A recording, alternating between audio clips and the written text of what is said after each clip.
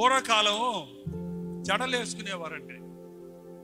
3 పేటలుగా తీస్తారు జడ, తెలుసా అండి? మా చెల్లెళ్ళకి వేసేవాడు నేను చిన్నప్పుడు. 4 చెల్లెళ్ళు నాకు. 3 పేటలు మా అమ్మ నేర్పించింది, చేసుకోలేక 8 మందితో 8 మంది మేము.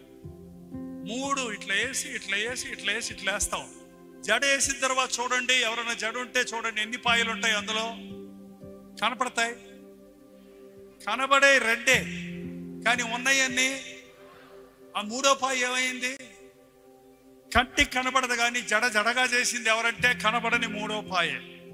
భార్యాభర్తల మధ్యలో 3వ వ్యక్తిగా మీ అమ్మ, మా అమ్మ, పాస్టర్ గారు, లాయర్ గారు, ఎవడు ఉండకూడదు.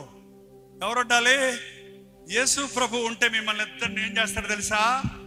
పెనవేసి చక్కగా ముచ్చటగా మిమ్మల్ని నిలబెడతాడు. Never expect a perfect husband or a perfect wife.